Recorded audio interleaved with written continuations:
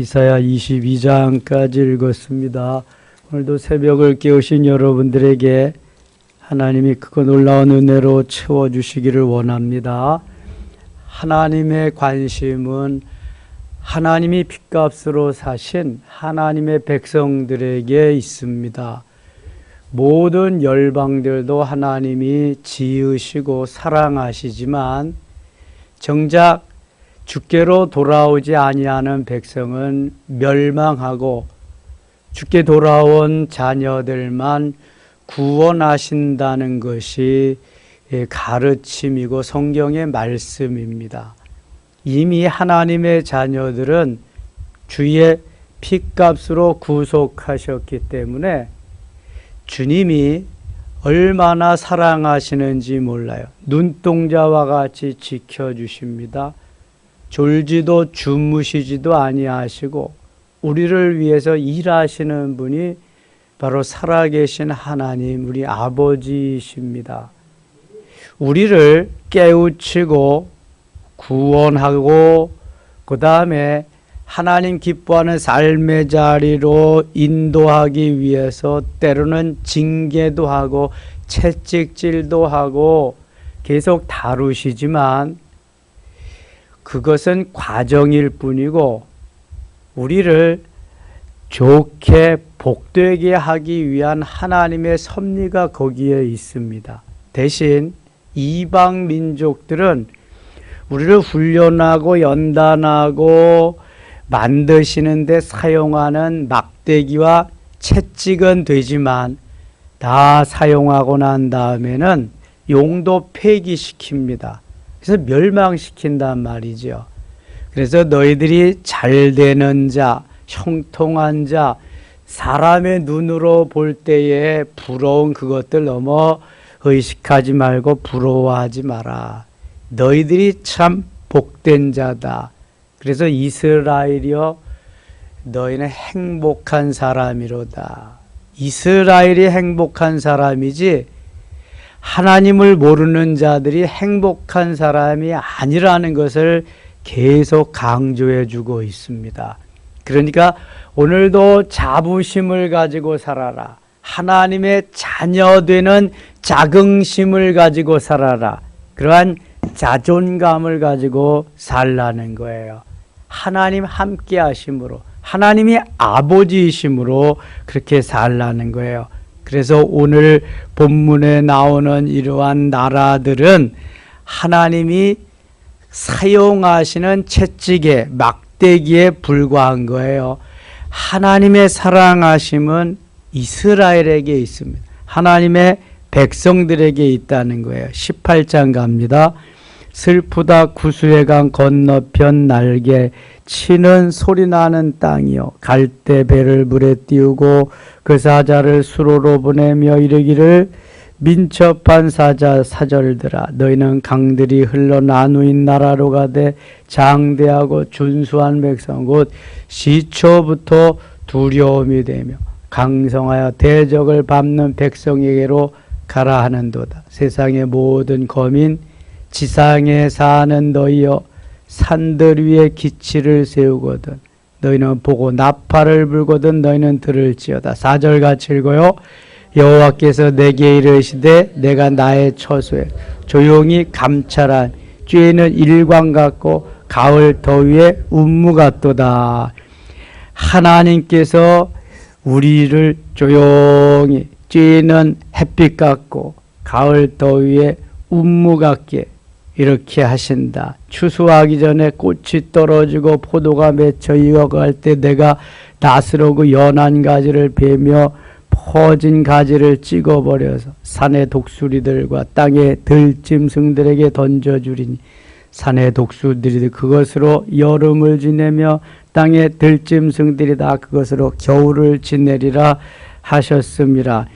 하나님께서 그들이 농사를 지어놨어도 따서 다 들짐승에게 먹여주시겠다.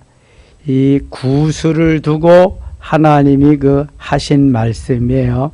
그때에 강들이 흘러 7절입니다. 나누인 나라의 장대하고 준수한 백성 곧 시초부터 두려움이 되며 강성하여 대적을 밟는 백성이 만군의 여호와께 드릴 예물을 가지고 만군의 여호와 이름이 두신 시온산에 이르리라. 19장 가겠습니다. 이번에 애굽에 관한 경고가 나옵니다. 애굽은 이스라엘 백성들이 430년 동안 들어가서 산 나라이기도 하지만 많은 어려움을 준 나라이기도 합니다. 보라, 여호와께서 빠른 구름을 타고 애굽에 임하시리니 애굽의 우상들이 그 앞에서 떨겠고 애굽인의 마음이 그 속에서 녹으리로다. 2절 같이 읽겠습니다. 내가 애굽인을 격동하여 애굽인을 치리니 그들이 각기 형제를 치며 각기 이웃을 칠 것이요 성읍이 성읍을 치며 나라가 나라를 칠 것이며 애굽인을 격동하겠다. 하나님이 가만두시지 않고 자기들끼리 일어나서 서로 물고 뜯고 치고 그렇게 하겠다는 거예요. 애굽인의 정신이 그 속에서 쇠약할 것이요 그의 계획을 내가 깨뜨리리니 아무리 계획을 잘 세웠어도 계획을 다 깨뜨리시겠다. 파쇄시키시겠다. 그들이 우상과 마술사와 신접한 자와 요술객에게 물으리로다. 하나님을 믿지 아니하는 자들은 우상을 섬기니까 우상에게 가서 그렇게 처방을 받는 거지요. 4절 내가 애굽인을 잔인한 주인의 손에 붙이리니 포악한 왕이 그들을 다스리리라. 주 만군의 여호와의 말씀이니라. 포악한 왕에게 맡겨서 백성들이 시름 중에 어려움 중에 있게 되리라. 바닷물이 없어지겠고 강이 잦아서 마르겠고 그러니까 되는 일이 없는 거예요. 백성들은 곤고함 가운데 빠지고 하나님이 주시는 물과 자연 이런 것들이 아주 황폐해지는 거지요. 하나님이 복을 주셔야 복된 삶을 사는데 그동안 하나님을 없다고 하나님을 망령되이 일컫던 백성들은 하나님이 저주하시는 거죠. 멸망시키는 것입니다. 20절 가겠습니다. 20절 이것이 애굽 땅에서 만군의 여호와를 위하여 징조와 증거가 되리니 이는 그들이 그 압박하는 자들로 말미암아 여호와께 부르짖겠고 여호와께서는 그들에게 한 구원자이자 보호자를 보내사 그들을 건지실 것임이라. 21절 같이 읽겠습니다. 여호와께서 자기를 애굽에 알게 하시리니 그날에 애굽이 여호와를 알 제물과 예물을 그에게 드리고 경배할 것이요 여호와께 서원하고 그대로 행하리라. 여호와께서 애굽을 치실지라도 치시고는 고치실 것이므로 그들이 여호와께로 돌아올 것이 여호와께서 그들의 간구함을 들으시고 그들을 고쳐주시리라. 그날에 애굽에서 아수르로 통하는 대로가 있어 아수르 사람은 애굽으로 가겠고 애굽 사람은 아수르로 갈 것이며 애굽 사람이 아수르 사람과 함께 경배하리. 그날에 이스라엘이 애굽 및 아수르와 더불어 세계 중에 복이 되리니 이는 만군의 여호와께서 복 주시며 이르시되 내 백성 애굽이여 내 손으로 지은 아수르여 나의 기업 이스라엘이여 복이 있을지로다 하실지니라. 하나님이 이스라엘을 사랑하시되 아수르를 통해서 징계하시고 애굽을 통해서 징계하시고 그래서 하나님이 그 징계의 막대기 또 징계의 채찍으로 다스리지만 하나님께서 주된 관심은 이스라엘에게 있다는 거예요. 이때까지 하나님이 사랑하시는 것은 이스라엘이지 아수르나 애굽이 아닙니다. 그래서 아수르도 멸망하고 애굽도 큰 고통 속에서 그렇게 이제 지낼 수밖에 없다는 것이죠.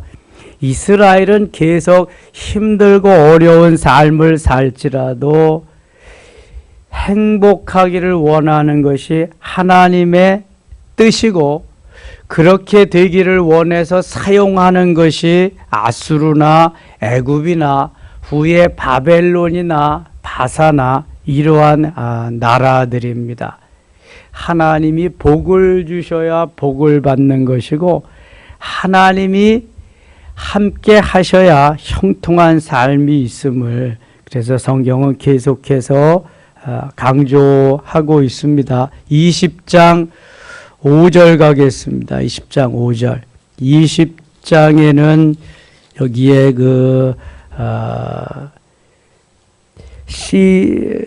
하나님께서 저들을 어떻게 이제 구수나 이러한 나라들을 어떻게 이제 이끌어 애굽이나 이런 걸 어떻게 이끌어 가시는 걸 또 말씀하시는데 5절 갑니다. 그들이 바라던 구수와 자랑하던 애굽으로 말미암아 그들이 놀라고 부끄러워할 것이라. 그날에 이 해변 주민이 말하기를 우리가 믿던 나라 곧 우리가 아수르 왕에게서 벗어나기를 바라고 달려가서 도움을 구하던 나라가 이같이 되었은지 우리가 어찌 능히 피하리오 하리라. 하나님이 계속 이스라엘을 위해서 일하시기 때문에 저들은 잘 나가도 나중에는 하나님이 다 멸망시키리, 용도 폐기시키리라 그러한 말씀. 21장 갑니다. 해변 광야에 관한 경고라. 이것은 바벨론 멸망에 관한 하나님의 계시의 말씀입니다. 적병이 광야에서 두려운 땅에서 내게 회오리 바람같이 불려왔도다. 혹독한 묵시가 내게 보였도다. 묵시는 계시입니다. 아직까지 밝혀지지 않은 드러내지 않은 것들을 밝혀내고 드러내고 말씀해 주시는 거예요. 속이는 자는 속이고 약탈하는 자는 약탈하도다. 엘람이여 올라가고 메대여 에워싸라. 그의 모든 탄식을 내가 그치게 하였노라 하시도다. 이러므로 나의 요통이 심하여 해산이 임박한 여인의 고통 같은 고통이 나를 엄습하였으므로 내가 괴로워서 듣지 못하며 놀라서 보지 못하도다. 8절 가겠습니다. 8절 같이 읽어요. 파수꾼이 사자같이 부르짖기를 주여 내가 낮에 늘 망대에 서 있었고 밤이 새도록 파수하는 곳에 있었더니 파수꾼이 밤에 이제 지키는 것을 말씀해요. 보소서 마병대가 쌍쌍이 오나이다 하니 그가 대답하여 이르시되 함락되었도다 함락되었도다. 바벨론이여 그들이 조각한 신상들이 다 부서져 땅에 떨어졌도다 하시도다. 12장에서는 바벨론을 새벽별 계명성이라고 그렇게 말씀하시면서 새벽별은 언젠가 계명성은 떨어질 것이다. 사단의 우두머리 가장 대장되는 그러한 역할을 하지만 곧 떨어져 버릴 것이다. 그런데 여기 21장에서도 이 보소서 마병대가 쌍쌍이 오나이다 하니 그가 대답하여 이르시되 함락되었도다 함락되었도다 바벨론이요. 바벨론의 멸망을 말씀하는 것입니다. 그들이 조각한 신상들이 다 부서져 땅에 떨어졌도다. 바벨론 사람들이 섬기는 우상들이 다 멸망의 길로 가요. 바벨론이 결국 멸망한다는 거예요. 그래서 아수르는 바벨론에게 멸망하고 바벨론은 메데바사에게 멸망하게 됩니다. 그러니까 바벨론이 멸망하면서 유대인들이 포로에서 귀환하게 되는 거죠. 메데바사의 고레스 왕을 통해서 칙령을 내리고 저들이 귀환해서 예루살렘에 돌아가서 제2의 성전 스룹바벨의 성전을 건축하고 다시 하나님을 섬길 수 있게 하신다는 거예요. 이미 이사야를 통해서 다 예언하게 하시고 말씀하십니다. 자, 내가 짓밟는 너여, 내가 타작한 너여. 이게 바벨론을 향해서 말씀하시는. 내가 이스라엘의 하나님 만군의 여호와께 들은 대로 너희에게 전하였노라. 바벨론은 언젠가는 이렇게 비참한 신세에 처할 수밖에 없음을 말씀하고 있습니다. 두마에 대한 경고라. 사람이 세일에서 나를 부르니 파수꾼이요 밤이 어떻게 되었느냐. 파수꾼이요 밤이 어떻게 되었느냐. 12절 같이 읽겠습니다. 파수꾼이 이르되 아침이 오나니 밤도 오리라. 내가 물으려거든 물으라. 너희는 돌아올지니라 하더라. 파수꾼은 자기의 진영을 적들이 침투하지 못하도록 지키는 사람이 파수꾼인데, 파수꾼이 기다리는 시간은 아침입니다. 그래야만 하본할 수 있고 다시 다른 사람이 이 자리에 와서 지킬 수 있기 때문에 자기의 사명을 다 그 시간까지 감당하고 이제 가는 거죠. 아침이 오기를 기다린다. 아라비아에 대한 경고, 아라비아에 관한 경고라. 드단의 대상들이여 너희가 아라비아 수풀에서 유숙하리라. 하나님이 이스라엘을 대적하고 어렵게 하던 나라들에게 다 경고하고 다 하나님이 멸망하게 되리라고 하는 이러한 말씀을 계속 하십니다. 여기에 관점은 이스라엘에게 있습니다. 이스라엘을 하나님이 계속 사랑하시고 붙잡아주고 가시는 이유는 바로 거기에서 메시아가 탄생해서 메시아가 온 백성을, 온 나라를 다 다스릴 때가 오기 때문에 그렇습니다. 지난 주일 오후에 CTS인지 어디를 제가 이렇게 보니까 CTS에 진행하는 그 어나운서하고 이성미 집사님하고 유대 나라, 유대의 성지를 순례하면서 성경에 나와 있는 그러한 것들을 직접 체험하고 보면서 대담하는 게 나오더라고요. 근데 이게 유대인 랍비들하고 인터뷰하는 내용이 쭉 오는데, 그들이 정성스럽게 나그네를 대접하고 섬기는 이런 것은 참 좋더라고요. 나중에 무슨 물음을 무슨 질문을 하냐 하면 이런 질문을 해요. 당신들은 메시아를 믿는가? 믿는데 아직까지도 메시아가 오지 않았다고 그렇게 믿는가? 그렇다는 거예요. 왜 그러냐 하면은 메시아는 예수 그리스도는 율법을 준행하지, 율법을 지키지 않았다는 거예요. 율법을 지키지 않아서 자기들은 예수를 믿지 않는다는 거예요. 이게 율법사들, 그 다음에 가르치는 랍비들이 하는 말이에요. 그래서 지금도 이스라엘은 메시아가 오기를 기다리는 것입니다. 2000년 전에 오신 예수님을 믿지 않아요. 율법을 준수하지 않았다는 거예요. 주일날에도 어려운 사람들 도와주고, 구덩이에 빠진 낙타도 꺼내주고, 병든 사람도 고쳐주고, 주일날에 아무것도 하지 말아야 되는데 이런 율법을 준수하지 않았다는 거예요. 그래서 자기네들은 그 예수를 안 믿는다는 거예요. 메시아가 오기를 그래서 지금도 기다린다는 거예요. 근데 예수님은 뭐라 그랬어요? 율법을 폐하러 온 것이 아니라 어떻게 했다고요?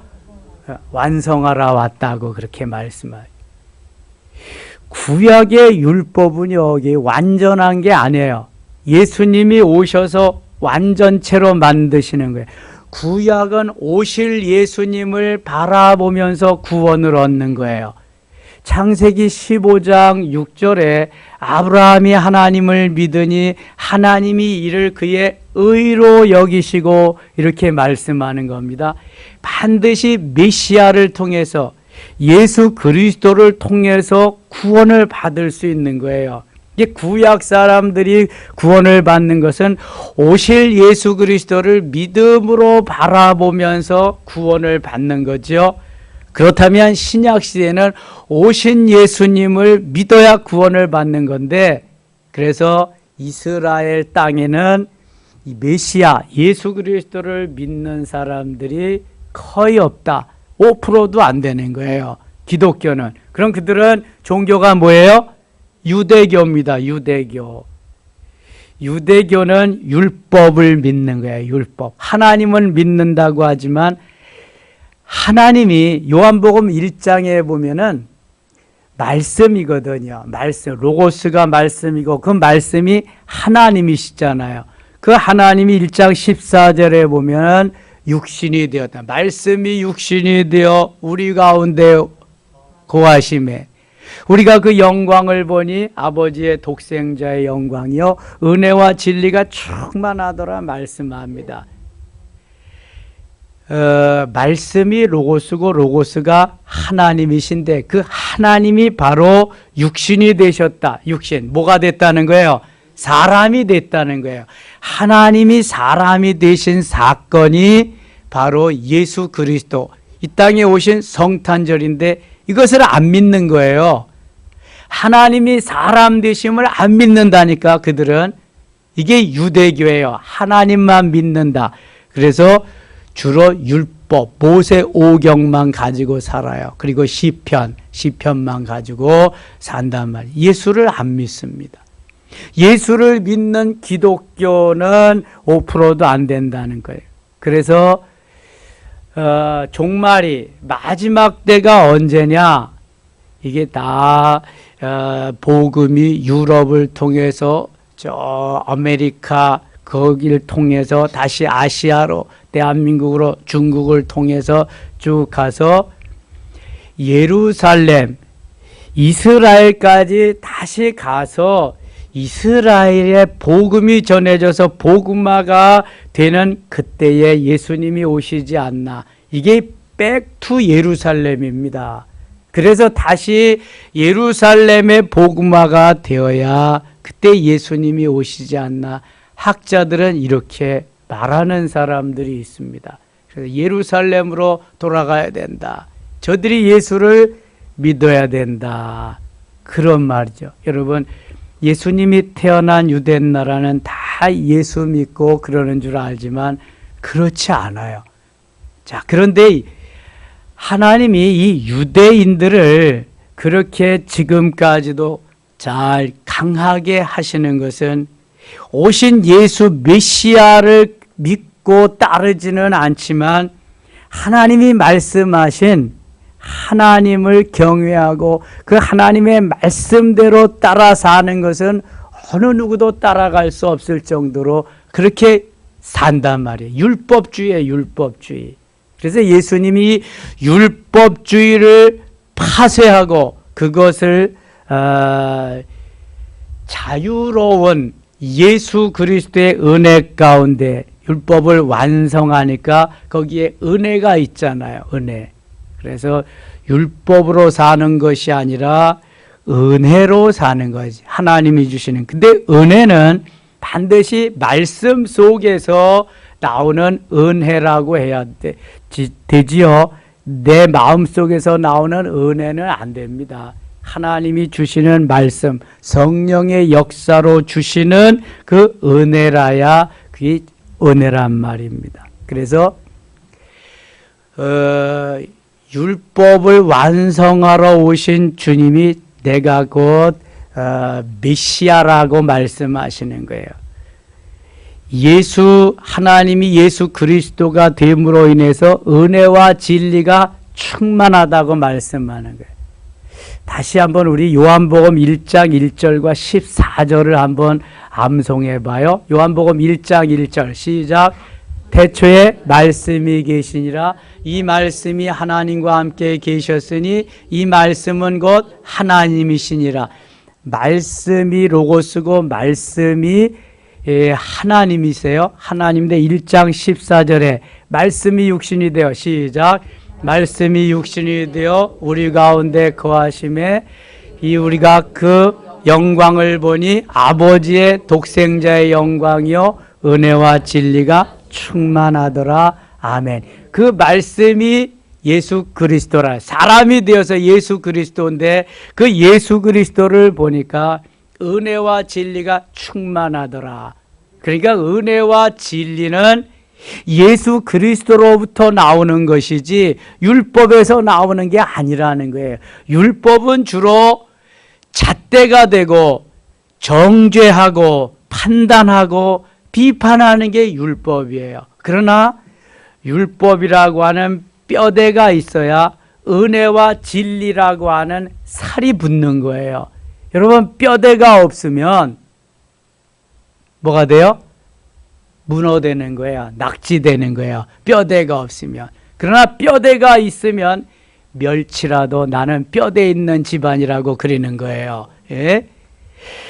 뼈대가 있어야 뼈대를 중심으로 해서 이게 근육도 붙고 살도 붙고 이렇게 되는 거예요. 우리 몸에 206개의 뼈대가 있습니다. 뼈마디.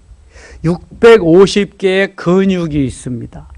그리고 10조 개의 세포가 있습니다. 60조 개의 부품들이 있습니다. 그래서 우리 육체가 만들어지는 거거든요. 물론 혈관이 있어서 피가 흘러야 되고요. 이게 바로 율법이란 말이죠. 율법. 뼈대가 율법이고 근육과 세포 이런 것이 은혜와 진리가 되는 거예요.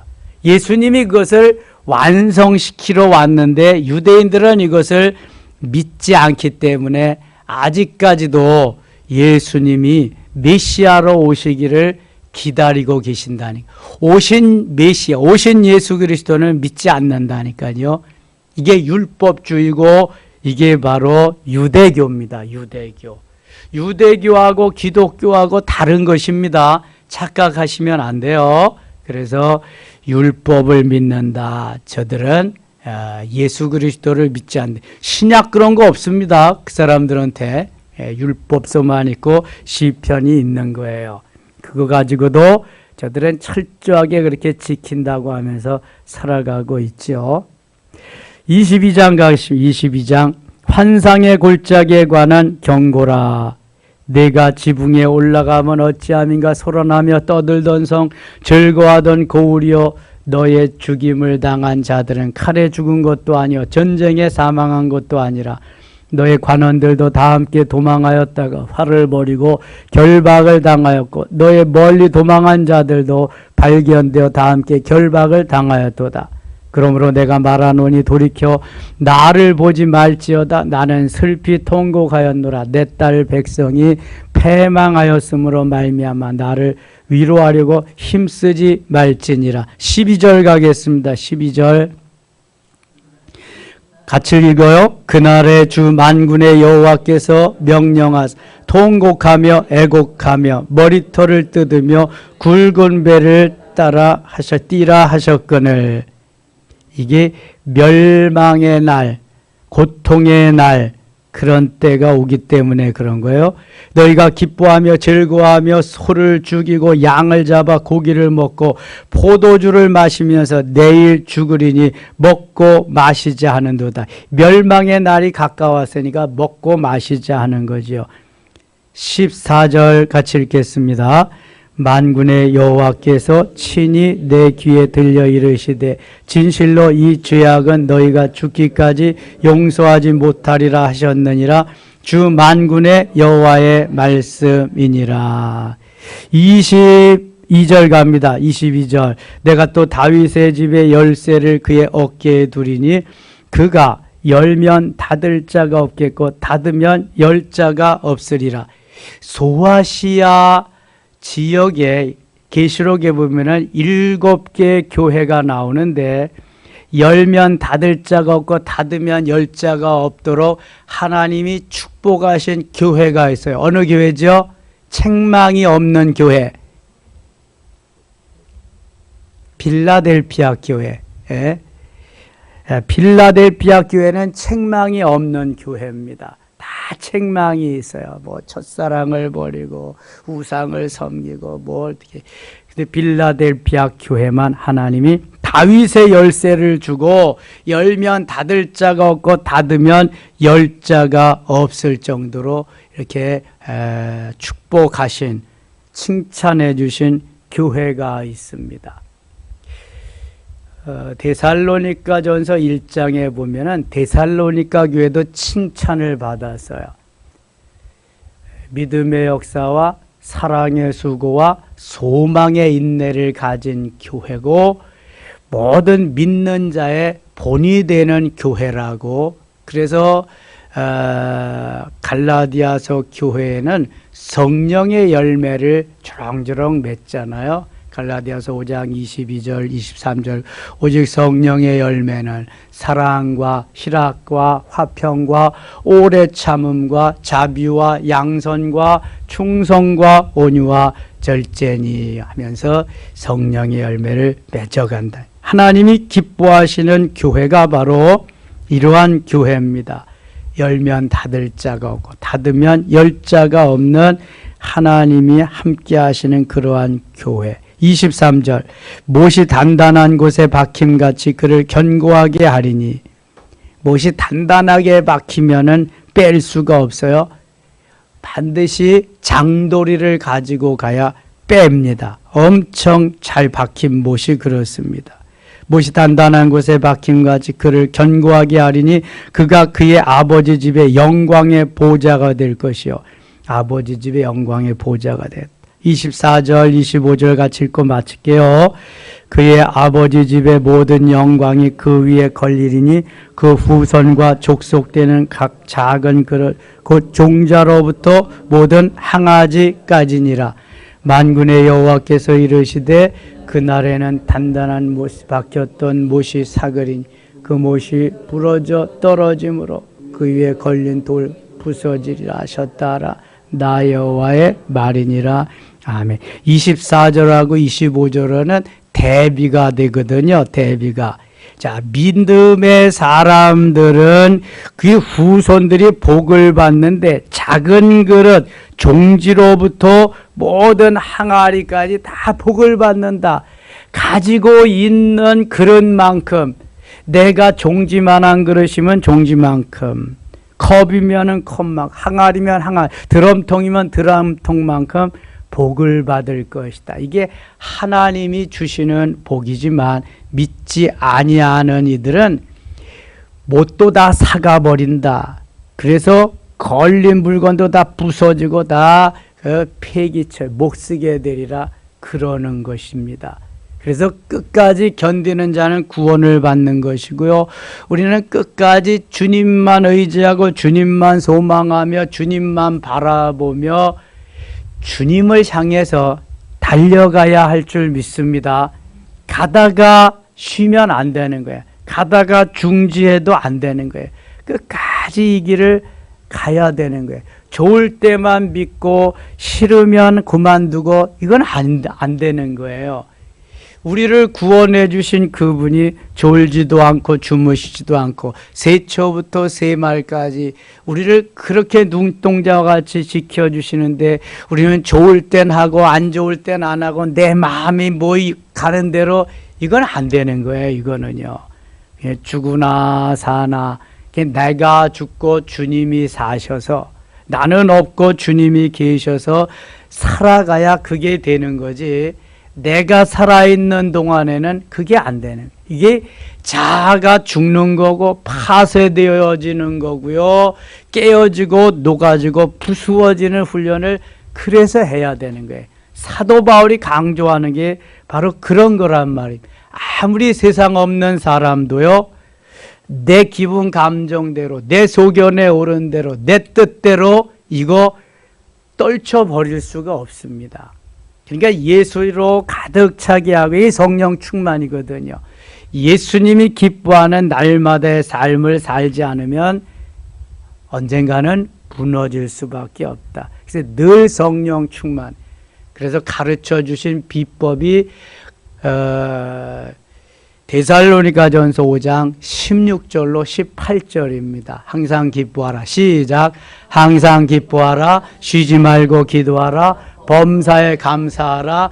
이는 그리스도 예수 안에서 너희를 향하신 하나님의 뜻이니라. 항상 주 안에서 주님으로 인하여 기뻐하는 삶을 살면 마귀가 찝적되지 못합니다. 거기에 쉬지 말고 기도하면 기도가 성령의 충만함으로 하나님께서 힘과 능력을 주시니까 거기에다가 또 감사까지 곁들여 보세요. 틈이 나지 않습니다. 성령으로 충만케 되었죠. 기도함으로 사단이 틈타지 못하죠. 기뻐하고 감사하는데 룰루랄라 하면서 하는데 누가 넘어뜨려요. 이는 그리스도 예수 안에서 너희를 향하신 하나님의 뜻, 하나님의 뜻을 자꾸 묻지 마세요. 하나님의 뜻이 어디 있습니까? 하나님 그러지 마세요. 다 거기 나와 있어요. 첫째 항상 기뻐하는 거고, 둘째 쉬지 말고 기도하는 거고, 세 번째 범사에 감사하는 거예요. 이게 하나님의 뜻이에요. 그런 줄만 아세요. 그러면은 모든 것이 no problem, 문제가 없어요. 하나님이 이끌어 가신다니까. 하나님의 백성들이 반드시 해야 될 일입니다. 오늘도 하나님 우리에게 귀한 하루 주셨습니다. 성령 충만하고 사단 마귀를 멸하고 주님만 의지하고 주님만 바라보고 주님만 소망하며 주님만 신뢰하면서 승리한 날 되시기를 축원합니다. 하나님 아버지 은혜를 감사합니다. 하나님이 이스라엘을 지키시고 하나님의 백성들을 지키시기 위해서 징계의 막대기와 채찍으로 사용하던 그러한 나라들, 국가들은 손을 보시고 멸망시키지만 하나님의 백성들은 끝까지 지켜주시고 사랑해 주심을 믿습니다. 변질되지 말게 하시고 유대인들과 같이 메시아를 배격하지 말게 하시며 끝까지 나의 주 나의 하나님, 예수 생명, 예수 능력으로 내 안에 계신 주님과 함께 승리할 수 있는 저희들이 되게 하여 주시옵소서. 오늘도 가는 곳마다 하는 일마다 주님의 영광 나타나게 하여 주시옵소서. 예수님의 이름으로 기도드리옵나이다. 아멘.